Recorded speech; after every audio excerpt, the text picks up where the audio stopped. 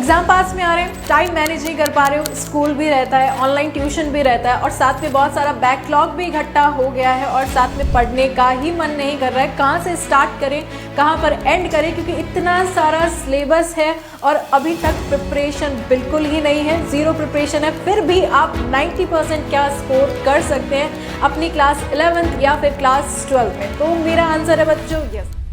आज मैं आप लोगों को ऐसी ही टिप्स दूंगी जिस टिप्स में आप टाइम भी मैनेज कर पाएंगे, किस तरीके से आपको स्टडी करनी चाहिए। लास्ट टाइम है, आपके एग्जाम में 1-2 महीने ही बाकी हैं और अभी तक आपने अगर कुछ नहीं पढ़ा है, कुछ समझ नहीं पा रहे, आप लोगों के जो भी डाउट्स होते हैं कि मैम कहाँ से स्टार्ट करें, पता नहीं चल रहा है, किस तरीके से हमें टाइम शेड्यूल बनाना चाहिए जिसमें कि हमारा स्कूल भी इंक्लूडेड हो, जिसमें हमारी ऑनलाइन क्लासेस भी इंक्लूडेड हो, जिसमें सेल्फ स्टडी को भी टाइम मिल जाए और साथ ही साथ में हम हमारा बैकलॉग भी कवर कर पाएँ। क्या ऐसा टाइम मैनेजमेंट हो सकता है? दिन में 24 घंटे ही होते हैं क्या? 24 घंटे में हम इतना सब कुछ कर सकते हैं एंड स्टिल 90% गेन कर सकते हैं? यस बच्चों, 90% नहीं, आप मोर देन 90% भी गेन कर सकते हैं। आज के इस सेशन में मैं आपको बताऊंगी कि आपके जो भी डाउट्स होते हैं, लाइक स्कूल टाइम, बहुत ज़्यादा टाइम आपका दिन का स्कूल में ही चला जाता है, ना सेल्फ स्टडी को टाइम दे पाते हो, ना ही बैकलॉग कवर कर पाते हो। बाकी तो चलो बात की बात है, जैसे प्रीवियस ईयर क्वेश्चंस करना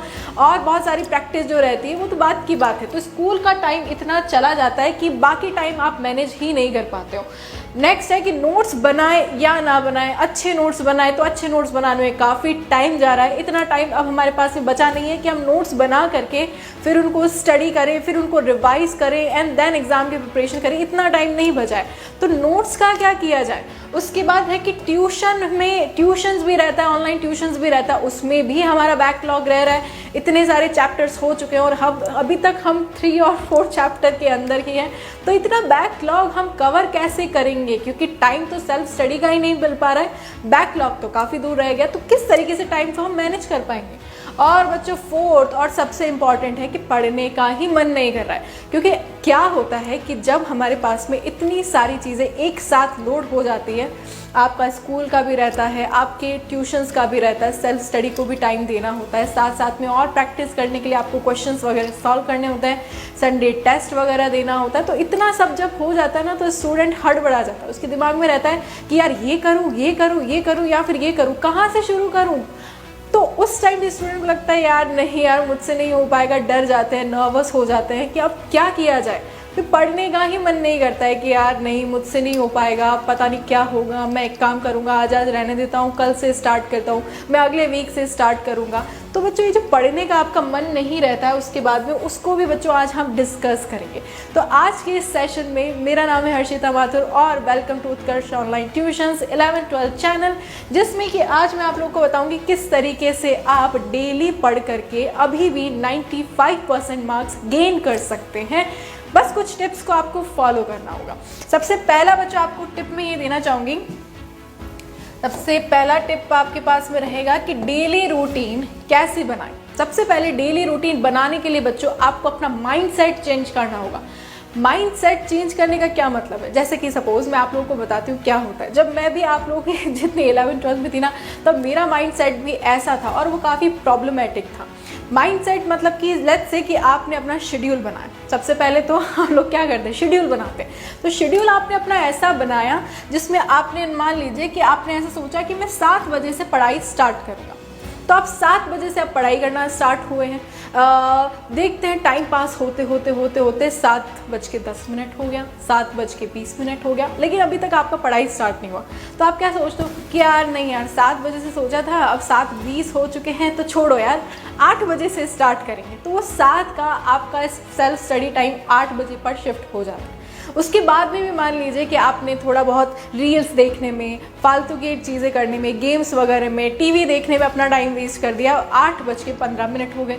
फिर आप सोचोगे कि यार नहीं यार 8:15 तो टाइम अच्छा नहीं लग रहा है। अब आपका टाइम 7 से लेकर के 8 बजे तक शिफ्ट हुआ और उसके बाद में आपका टाइम बच्चों 9 बजे तक शिफ्ट हो गया कि नहीं यार 9 बजे स्टडी करेंगे।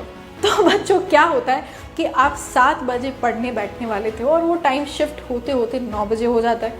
फिर आप सोचते हो कि यार अब तो क्या ही पढ़ूंगा, मेरा तो अच्छा माइंड तो 7 बजे का था, अब 9 बज गए हैं, अब क्या ही पढ़ेंगे, अब कल से स्टार्ट करेंगे। तो ये वाला जो माइंड सेट है ना, जिसमें आप शिफ्ट करते रहते हैं, डिले करते रहते हैं अपने स्टडी टाइम को, वो नहीं होना चाहिए। मान लीजिए कि आप 7 बजे से पढ़ने बैठने वाले थे और 7:10 हो चुके हैं, तो अभी भी आप पढ़ने बैठ सकते हैं। आप 8 बजे पढ़ने बैठेंगे, आपको उसमें 50 मिनट्स कम ही मिलेगा। अगर आप 7:10 में भी पढ़ने बैठेंगे तो आपको कुछ ना कुछ टाइम ऑब्वियसली एक्स्ट्रा मिलेगा। तो आप ये माइंडसेट छोड़ दीजिए कि मैं इतने बजे पढ़ूंगा, इतने बजे पढ़ूंगा, इतने बजे पढ़ूंगा। नहीं, आप कभी भी शेड्यूल टाइम के हिसाब से मत बनाइए। आपका जो शेड्यूल होना चाहिए वो टारगेट बेस्ड होना चाहिए, टाइम के हिसाब से नहीं कि मैं इतने बजे से लेकर के इतने बजे तक पढ़ूंगा। नहीं, वो कभी भी नहीं आपका पॉसिबल होगा। अभी तक आप लोगों ने बहुत टाइम टेबल बनाए होंगे, वो मैं आपको गारंटी देती हूँ कोई भी टाइम शेड्यूल आप फॉलो नहीं कर पाए होंगे, क्योंकि टाइम टेबल आप अपना जो पढ़ने का जो भी है वो टाइम के अकॉर्डिंग डिसाइड मत कीजिए कि मैं इतने बजे से लेकर के इतने बजे तक पढ़ूंगा। आप टारगेट के अकॉर्डिंग डिसाइड कीजिए। टारगेट के अकॉर्डिंग मतलब कि आप आज का टारगेट बना लीजिए कि आपको फिजिक्स में ये 2 चैप्टर रिवाइज करने ही है, आपको केमिस्ट्री में ये 1 चैप्टर रिवाइज करना है, आपको मैथ्स में इतने जो है एक्सरसाइज सॉल्व करने हैं। तो आप अपने टारगेट बनाइए और टारगेट के अकॉर्डिंग चलिए। फिर आप टाइम के बारे में सोचेंगे ही नहीं कि कितने बजे हैं, कितने बजे मुझे पढ़ने बैठना है, कितने बजे मुझे पढ़ करके उठना है। तो आपको कोई बाउंडेशन नहीं होगा, ना ही दिमाग में आप उसको डिले कर पाएंगे। आपको बस दिमाग में इतना रहेगा कि कितने भी बजे हों, कितने भी बज जाएं, मुझे फिजिक्स में ये 2 चैप्टर रिवाइज करने हैं, तो मतलब करने हैं। इसे कहते हैं डेली के गोल्स बनाना। आप अपने डेली के गोल्स बनाइए कि मैं इतने चैप्टर आज करूँगा, मैं इतने चैप्टर 1 वीक में करूँगा। आपके जो गोल्स होते हैं वो डेली गोल्स हो सकते हैं, मंथली गोल्स हो सकते हैं, वीकली गोल्स हो सकते हैं कि मैं 1 वीक के अंदर अंदर फिजिक्स, केमिस्ट्री, मैथ्स, बायोलॉजी जो भी आपके सब्जेक्ट हैं उनके इतने इतने चैप्टर कंप्लीट करके ही रहूँगा। चाहे मुझे उसमें दिन में सेल्फ स्टडी के लिए 3 घंटे देने पड़े, चाहे 4 घंटे देने पड़े, चाहे 5 घंटे देने पड़े, मेरा ये जो टारगेट है वो कंप्लीट होना ही चाहिए। तो टाइम शेड्यूल के बजाय आप अपना टारगेट बनाइए। अगर आपने सोच लिया है कि आज के दिन में मुझे ये कर कर ही सोना है, तो उससे पहले आपको नींद भी नहीं आएगी। जब तक आपका टारगेट पूरा ना हो, आपको सच में नींद नहीं आएगी कि भाई मैं ये फिजिक्स में मेरे कोई 2 चैप्टर करने थे, अभी तक 2 चैप्टर हुए नहीं है मेरे रिवाइज, तब तक नींद नहीं आएगी। और जब आपके वो 2 चैप्टर हो जाएंगे ना, जब आपके वो डेली गोल्स पूरे हो जाएंगे, तब देखो आपको इतनी बढ़िया नींद आएगी और इतना सेटिस्फैक्शन मिलेगा कि हाँ, मेरी प्रिपरेशन अच्छी जा रही है। आपका कॉन्फिडेंस बिल्ड होगा। जब आप गोल्स बनाते हैं ना और वो गोल्स पूरे होते हैं, तो आपके अंदर अलग ही कॉन्फिडेंस आता है। और मानो ना मानो कि जो 95% की कहानी होती है ना, ये कहानी कॉन्फिडेंस पे होती है। आपको कितना कॉन्फिडेंस है अपने सब्जेक्ट पर, जिस बच्चे को जितना कॉन्फिडेंस होता है वो उतने ही अच्छे मार्क्स लेकर के आता है। तो कॉन्फिडेंस इज द की। और कॉन्फिडेंस कब आता है? जब आपने जो टारगेट बनाया हो वो टारगेट आपका आप टाइम पर कंप्लीट कर लेते हैं, तो जाकर के आपके अंदर कॉन्फिडेंस आता है। And that is the most important thing for board exams. इसके बाद में बच्चों नेक्स्ट थिंग में हम चलते हैं कि योर प्रोडक्टिव टाइम। अब मैंने आपको ये बोल तो दिया कि आपको अपना मतलब कि डेली का गोल वगैरह बनाना है। अब वो डेली का गोल वगैरह बनाना डिपेंड नहीं करता आप कितने बजे से स्टार्ट करते हैं। बट हाँ, इसमें मैं एक चीज़ ये ऐड करूँगी, आपको सजेस्ट करूँगी कि आप जो सेल्फ स्टडी का टाइम है वो टाइम दे जो आपके लिए दिन में सबसे अच्छा टाइम होता है। दिन में सबसे अच्छा टाइम होने का मतलब है कि किस टाइम में, किस आवर में आप सबसे ज़्यादा प्रोडक्टिव होते हैं, सबसे ज़्यादा अच्छा आप पढ़ाई कर पाते हैं। वो स्टूडेंट टू स्टूडेंट वेरी करता है। जैसे कि सपोज़ कोई स्टूडेंट है जिसके लिए सुबह 4 बजे से लेकर के 5 बजे तक का टाइम सबसे ज़्यादा प्रोडक्टिव होता है, उस टाइम पर उसकी सेल्फ स्टडी सबसे अच्छी होती है। किसी बच्चे के लिए ये इवनिंग का टाइम हो सकता है, किसी बच्चे के लिए ये नाइट का टाइम हो सकता है कि रात को 11 बजे से लेकर के 1 बजे तक मैं बहुत अच्छे से पढ़ाई कर पाता हूँ, या फिर शाम को 5 बजे से लेकर के 7 बजे तक मेरा सबसे प्रोडक्टिव टाइम होता है। इस टाइम पे चाय वाय पी करके, जूस वगैरह पी करके एकदम मैं बढ़िया सेट रहता हूँ और इस टाइम पर मेरी सबसे अच्छी पढ़ाई हो पाती है। इस टाइम पर मैं जो भी पढ़ता हूँ वो मुझे याद हो जाता है। और मानो या ना मानो, हर स्टूडेंट का एक प्रोडक्टिव टाइम बिल्कुल होता है। तो मैं बोलूँगी कि जो भी आप अपने गोल्स बना रहे हैं, अपने टारगेट बना रहे हैं, उन टारगेट को कंप्लीट करने के लिए आप अपना प्रोडक्टिव जो आपका आर है, प्रोडक्टिव टाइम है, वो चूज़ करें। और उसमें भी बच्चों आप जो सबसे टफ चैप्टर आपको लगता है वो उठाएं। जैसे कि फॉर एग्जांपल आपको फिजिक्स का रे ऑप्टिक्स सबसे टफ लगता है, जो कि इम्पॉर्टेंट भी है, तो मैं आपको सजेस्ट करूंगी कि आपको रे ऑप्टिक्स से डर लगता है, रे ऑप्टिक्स में आपको कन्फ्यूजन है, रे ऑप्टिक्स से आपको लग रहा है कि यार पता नहीं इसमें कितने मार्क्स आएंगे, तो आप रे ऑप्टिक्स को उठाइए और उसको अपने प्रोडक्टिव टाइम में उसके लिए गोल बनाइए कि आज मुझे रे ऑप्टिक्स के इतने टॉपिक्स, ये 7-8 टॉपिक कंप्लीट करनी है। इसके लिए मेरा सबसे प्रोडक्टिव आवर है सुबह 4 बजे से लेकर के 6 बजे तक। तो सुबह 4 बजे मैं रे ऑप्टिक्स उठाऊंगा और 6 बजे तक मैं रे ऑप्टिक्स कंप्लीट करूंगा। तो इस तरीके से आप बच्चों अपना जो प्रोडक्टिव टाइम है उसको चूज़ करके, सबसे टफ टॉपिक चूज़ करके आप अपना कॉन्फिडेंस और ज़्यादा बिल्ड कर सकते हैं, क्योंकि आपको लगेगा कि हाँ अच्छे से ये चैप्टर तो हो ही गया, बाकी और भी टॉपिक्स हो ही जाएंगे। डेली रूटीन माइंडसेट बच्चों हो ही गया है। इसके बाद में बच्चों आता है नोट्स, होमवर्क के लिए टाइम कब। अब बच्चों टाइम मैनेजमेंट कैसे करेंगे? आप लोगों को स्कूल भी जाना है, तो मान लीजिए कि 3-4 बजे तक आपका स्कूल रहता है, एवरेजली सब बच्चों का स्कूल इतने बजे तक ही रहता है। होमवर्क भी आपका रहता होगा और साथ में ऑनलाइन ट्यूशन्स भी, ऑनलाइन क्लासेस भी आप अटेंड कर रहे होंगे। तो आपको जो टाइम मिलता है सेल्फ स्टडी के लिए वो 8 बजे के बाद ही मिल पाता है। सही है, बिल्कुल सही कह रही हूँ। तो उसके बाद में बच्चों फिर भी आपके पास में टाइम है। आप ऐसा मत सोचिए कि बहुत ज़्यादा हो रहा है या फिर ये हो रहा है। आपके पास में अभी 2 महीने हैं, सिर्फ और सिर्फ 60 डेज़ हैं टू प्रिपेयर वेरी हार्ड। और इन 60 डेज़ में अगर आप बहुत अच्छे से प्रिपेयर करते हैं तो आपका फ्यूचर उसी पे बच्चों डिपेंड करता है। तो आप मेहनत करने से मत डरिए कि मुझे इतना यार इतना सब हो रहा है, बहुत ज़्यादा लोड है। कोई बात नहीं, लोड है, बट फॉर ओनली 60 डेज़। ये लोड अगर आप ले लेते हैं, आप झेल जाते हैं, आप सब कुछ इसमें अच्छे से कर लेते हो, आपका फ्यूचर उस पर डिपेंड करता है।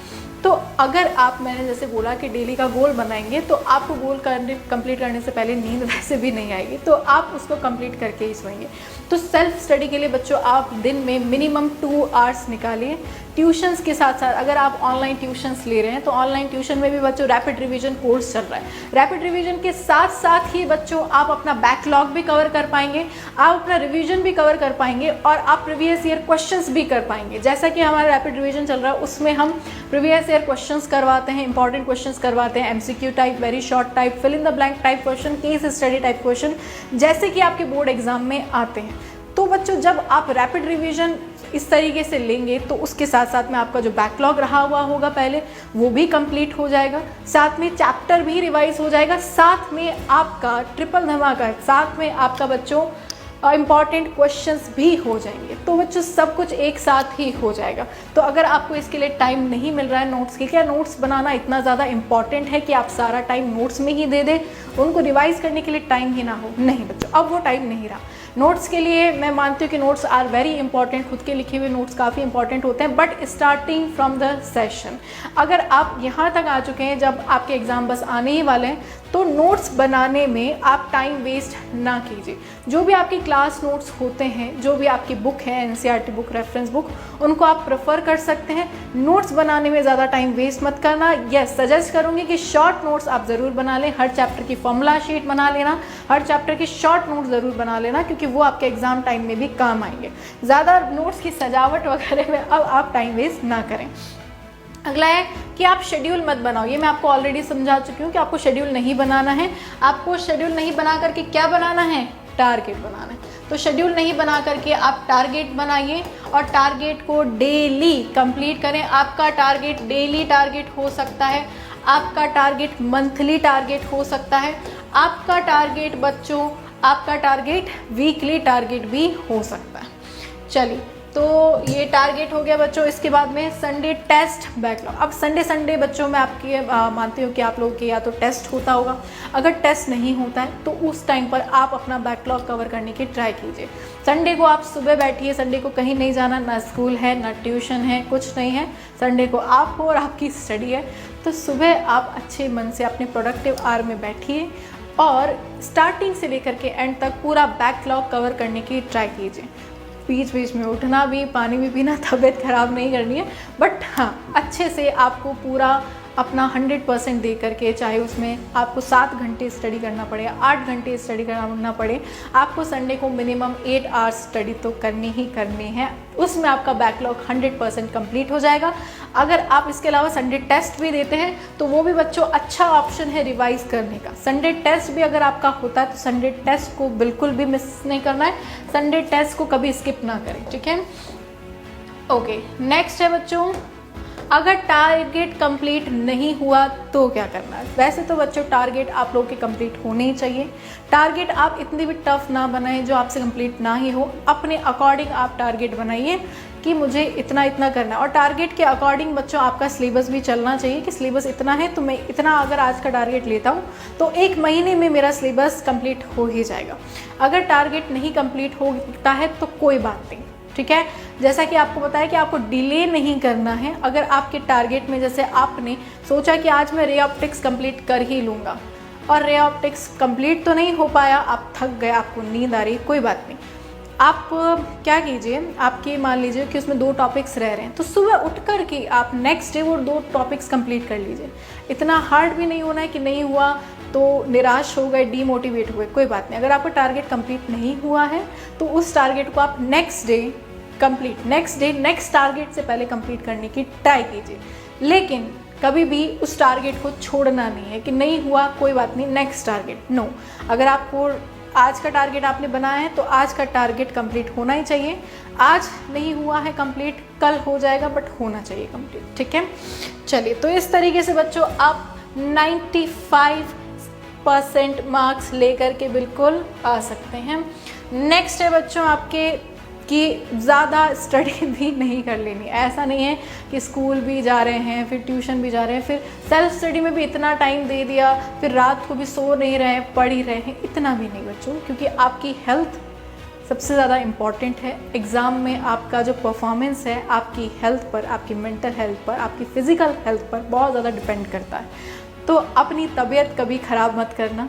आप स्टडी उसी अकॉर्डिंग करें जितनी आपकी श्रद्धा हो। अगर आपको ज़्यादा लग रहा है, लोड ज़्यादा लग रहा है, तो आप उसको डिवाइड कर लीजिए।